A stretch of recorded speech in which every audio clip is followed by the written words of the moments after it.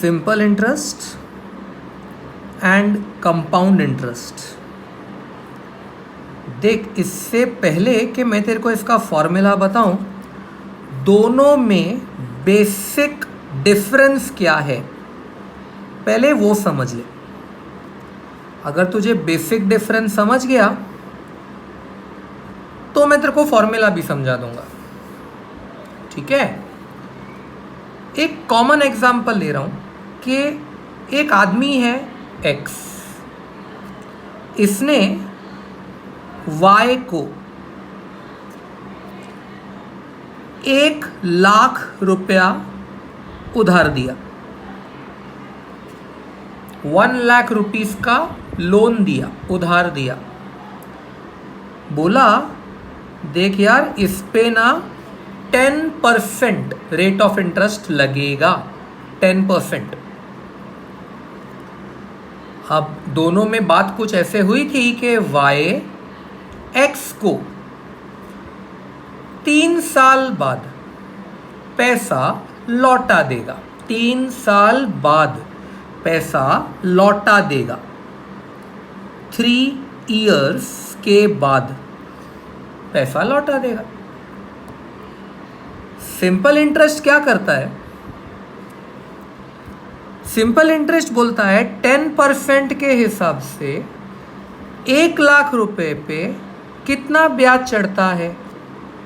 तो पहले तो ये समझ लेना कि ये जो ब्याज का रेट ऑफ इंटरेस्ट होता है ना, ये हमेशा पर ईयर का होता है, 1 साल का 10%।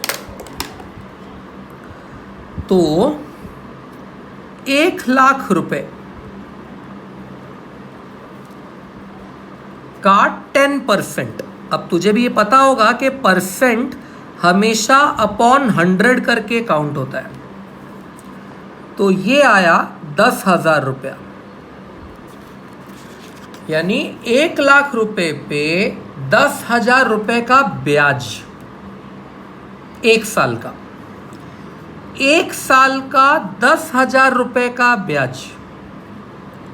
तो 3 साल का कितना? तो ये जो मैंने कैलकुलेट किया, ये किया फॉर 1 ईयर। तो 3 साल का कितना? तो सिंपल इंटरेस्ट क्या करेगा, ये जो 1 साल का ब्याज होता है 10,000, इसी में 3 मल्टीप्लाई कर देगा कि 1 साल का 10,000 ब्याज, तो 3 साल का 30,000 ब्याज। तो मुझे इंटरेस्ट के रूप में 30,000 रुपये देना है, यानी वाई एक्स को कितना रुपया वापस करेगा, how much money he will return. तो एक्स का दिया हुआ 1,00,000 और 30,000 रुपया ब्याज 3 साल का, यानी टोटल 1,30,000 रुपया वाई एक्स को वापस देगा। एकदम सिंपल कैलकुलेशन होती है सिंपल इंटरेस्ट की। लेकिन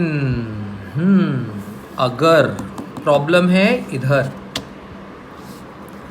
कंपाउंड इंटरेस्ट के होते हुए अगर एक्स वाई को 1,00,000 रुपया देता एट 10% इंटरेस्ट पर ईयर 3 साल के लिए, तो अभी समझ के कंपाउंड इंटरेस्ट का प्रॉब्लम क्या है। तो कंपाउंड इंटरेस्ट क्या करेगा, फर्स्ट ईयर का ब्याज कैलकुलेट करेगा, दैट इज 1,00,000 पे 10% कितना। तो 1,00,000 पे 10% हो गया 10,000। अब इस 10,000 को इस 1,00,000 में ऐड कर देगा, मतलब ये ब्याज इसमें ऐड कर देगा 1 साल में भी, यानी 1 ईयर के बाद तू ऐसा बोल सकता है कि कर्जा 1,10,000 का हो गया। अब कर्जा इतने का हो गया। अब अगला साल सेकेंड ईयर, ये जो 10% का कैलकुलेशन है ना, 10% का कैलकुलेशन, ये इस पर लगेगा। 1,10,000 पे 10%, तो वो होता है 11,000। तो 11,000 इंटरेस्ट आएगा अभी सेकेंड ईयर में। मतलब अब y पर कितना कर्जा हो गया? तो ये 11,000 प्लस ये 1,10,000, मतलब टोटल मिला के देखेगा तो ब्याज जो चढ़ गया y के ऊपर, समझ रहा है ना, y पर जो ब्याज चढ़ गया वो है, एक तो ये 11,000 का ब्याज चढ़ा, इसमें ऐड कर दे इस चीज को तो 1,21,000। अबे ना y को इतना पैसा वापस करना है, अगर वो 2 साल में रिटर्न कर देता है तो, पर वो तो 3 साल में कर रहा है, तो तीसरे साल का ब्याज यानी ये 10% इस 1,21,000 पे कैलकुलेट होगा। तो ये 1,21,000 पे कितना ब्याज होगा 10%? तो वो 12,100 रुपया। तो 12,100 रुपया ये तेरे तीसरे साल का इंटरेस्ट कहलाएगा। हर बार मैं 10% ही कर रहा हूं। अब ये 12,100 रुपया इसमें ऐड कर दे तो कितना हो गया? तो 1,30,000 और आगे जा। तो अगर ये कर रहा है ना, ये 1 और ये 2, ये भी 3 हुआ और फिर 100 रुपया, यानी 1,33,100। यानी फाइनली 3 साल के बाद y x को कितना पैसा लौटाएगा? तो y x को लौटाएगा 1,33,100। तो सिंपल इंटरेस्ट में और कंपाउंड इंटरेस्ट में फर्क समझा? सिंपल इंटरेस्ट में हर बार जो इंटरेस्ट कैलकुलेट होता है वो प्रिंसिपल अमाउंट पे ही होता है। तो उसे पहले साल, दूसरे साल, तीसरे साल, 10 साल तक कैलकुलेट कर तो भी वो प्रिंसिपल अमाउंट पे ही कैलकुलेट होगा। पर कंपाउंड इंटरेस्ट क्या करता है? पहले साल पे जो ब्याज मिला, ब्याज इंटरेस्ट, अगले साल उस इंटरेस्ट पे भी इंटरेस्ट लेता है, वापस इंटरेस्ट पे भी इंटरेस्ट लेता है। इसीलिए ध्यान से देख, अगर सिंपल इंटरेस्ट के हिसाब से पैसा दिया होता तो y को x को लौटाना था 1,30,000, और अगर कंपाउंड इंटरेस्ट के हिसाब से लिया तो लौटाना पड़ा 1,33,100। तो बता, y को नुकसान हुआ ना, कंपाउंड इंटरेस्ट से गया तो y को नुकसान हुआ। बट फ्रैंकली बोलूं, मजबूरी ये है कि पूरा ये जो बिजनेस सेक्टर चलता है, बिजनेस सेक्टर, बिजनेस में जो लोग लोन देते हैं, बैंक्स में जो लोग लोन देते हैं, या ये जो म्यूचुअल फंड मार्केट है, म्यूचुअल फंड्स, ये सब कंपाउंड इंटरेस्ट पे ही चलता है। और ये जो सिंपल इंटरेस्ट है ना, ये सिर्फ फ्रेंड्स के बीच में चलता है। कोई भी आज के तारीख में इन बिजनेस तुझे सिंपल इंटरेस्ट पे कर्जा नहीं देगा, सब लोग इस पे देते हैं। और ये तो मैंने तेरे को बहुत सिंपल सिखाया, बिलीव मी, बहुत सिंपल सिखाया। ये मैंने क्या किया? इंटरेस्ट कैलकुलेट किया हर साल के बाद, है ना, हर साल के बाद। अगर मैं तुझे म्यूचुअल फंड्स का सिस्टम समझाऊं तो म्यूचुअल फंड में डेली इंटरेस्ट कैलकुलेट होता है, डेली। बहुत कॉम्प्लिकेशंस है। होम लोन का सिस्टम बहुत गंदा है, कंपाउंड इंटरेस्ट का ही एक पार्ट है वो, लेकिन थोड़ा अलग तरीके से अप्लाई करते हैं। एक वीडियो में तेरे को वो सब भी समझाऊंगा। अभी के लिए तो इतना समझ ले कि ये सिंपल इंटरेस्ट है, ये कंपाउंड इंटरेस्ट है। अगर मैं तुझे फॉर्मूले के हिसाब से समझाने जाऊं, फॉर्मूले के हिसाब से, गिव मी वन मोमेंट। अगर मैं तुझे फॉर्मूले के हिसाब से समझाने जाऊं तो ऐसा समझ, सिंपल इंटरेस्ट का जो केस है, इसमें x ने y को जो अमाउंट दिया उसे बोलते हैं p। p मतलब क्या? Principal amount. अच्छा, रेट ऑफ इंटरेस्ट था r, तो r is rate of interest. और पैसा कितने साल के लिए दिया तो वो बोलेगा t।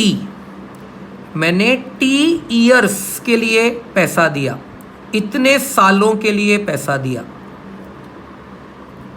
तो p को बोलते हैं प्रिंसिपल अमाउंट, r को बोलेगा रेट ऑफ इंटरेस्ट, t को बोलेगा नंबर ऑफ ईयर्स। तो इसमें जो टोटल इंटरेस्ट कैलकुलेट होता है, टोटल इंटरेस्ट, वो होता है PRT। पर हां, R लेते हुए अपॉन 100 जरूर करना। मतलब अगर कोई बोलता है कि there is 10% rate of interest, तो R का वैल्यू होगा 10/100। समझा? अगर कोई बोलता है 15% रेट ऑफ इंटरेस्ट, तो R का वैल्यू होगा 15/100। परसेंटेज है, अपॉन 100 तो लेना है, तो ये इंटरेस्ट है। यानी y कितना पैसा x को रिटर्न करेगा उसे बोलते हैं अमाउंट। तो what will be amount equal to? तो amount is equal to principal. अब जाहिर है यार, जितना लिया था वो तो रिटर्न करेगा ना। प्रिंसिपल प्लस इंटरेस्ट, मतलब it will be P plus PRT। इतना पैसा y x को रिटर्न करेगा, जिसमें इंटरेस्ट सिर्फ PRT है। हाँ, आई होप कुछ समझा होगा तेरे को। नहीं समझा होगा तो मेरे को वापस बोलना, I will explain it again. Compound interest, अब ये मैं तुझे फॉर्मूला सिखा रहा हूं। हाँ, कंसेप्ट क्या होता है वो मैंने तेरे को पिछले वाले शीट में सिखा दिया। ये पिछला वाला शीट सिंपल इंटरेस्ट से कैसे कैलकुलेशन होता है और कंपाउंड इंटरेस्ट से क्या होता है। मैं इसके बहुत इंटरेस्टिंग एग्जांपल का वीडियो तेरे को फिर कभी बना के दूंगा। कंपाउंड इंटरेस्ट बोलता है कि अगर x ने y को p पैसा दिया है, p पैसा दिया है at a rate of interest of r, at a rate of interest of r for t years। तुझे समझेगा, मैंने पूरा डेटा ऐसा ही लिया है ना। पर अब ये केस प्रिंसिपल इंटरेस्ट का है। तो व्हेन यू से दिस, वापस वही लिस्ट बना ले। Principal is P, rate of interest is R, T is the number of years के तूने उतने साल के लिए लोन लिया है। इसमें मैं बोलूंगा ना, सीधा अमाउंट कैलकुलेट कर, मतलब y x को वापस कितना करेगा। y x को वापस कितना करेगा ये कैलकुलेट कर, ये ज़्यादा बेटर है कंपाउंड इंटरेस्ट में सीधा ये कैलकुलेट करने का। तो इस अमाउंट का फॉर्मूला ऐसा आता है P that is principal into 1 plus R। बहुत सारी बुक्स तेरे को लिखेंगी R/100, करेक्ट है, ये वही रे परसेंटेज में मैंने बोला था ना अपॉन 100 करने का, वही वाला P into 1 plus R/100 raise to T। और अब अगर तुझे कैलकुलेट ये करना है कि Y को इंटरेस्ट में कितना पैसा देना पड़ा, तो सिंपल है, ये जो तूने अमाउंट कैलकुलेट किया इसमें से प्रिंसिपल माइनस कर देना, तेरे को इंटरेस्ट आ जाएगा। Getting? Compound interest is like this, simple interest is like this. पता नहीं बेटा कुशल मैं तुझे समझा पाया कि नहीं, लेकिन कोशिश तो की। मैं थोड़ा साइंस का टीचर हूँ और ये लिटिल कॉलेज लेवल पे नहीं आता हमारे साइंस में, फिर भी उम्मीद है तुझे कुछ समझा होगा। मैं तेरे लिए इसकी फ़ोटोज़ खींच के भी भेजूँगा, ठीक है? चल बाय।